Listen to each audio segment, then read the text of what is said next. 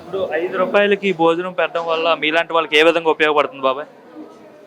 అలాంటి పేదవాడు బాగా పని వచ్చేసి ఉన్నవాడు కూడా వచ్చి తింటున్నాడు. ఉన్నవాడు కూడా తింటున్నాడు. ఓ పేదవాడి కాదు, ఉన్నవాడు కూడా తింటున్నాడు.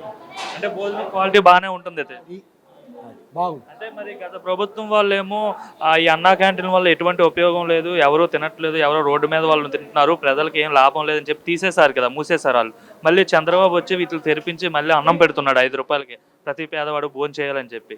ఎలా ఎలా దీనికోసం ఏం చెప్తారు? వాళ్ళ ఎదుటోడి మాట కోసం అనవసరం. ఇప్పుడు మీరున్నారు, మీరు ఒకటి చెప్తారు, ఆయన ఒకటి చెప్తాడు, ఈ అనవసరం. తినేవాడు చెప్పిందే వేదం, అంతే. తింటున్నారా మధ్యాహ్నం పూట చాలా మంది వస్తున్నారా భోజనంకి ఇక్కడికి? ఇదో అంటే మీరు కాదు, మిగతా వాళ్ళు కూడా వస్తున్నారు. ఇదో బాగానే ఉంది భోజనం. ఏం చెప్తారు చంద్రబాబు నాయుడుకి మీరు? నేనేం చెప్పను. అంటే భోజనం పెడుతున్నాడు కదా ఆయన.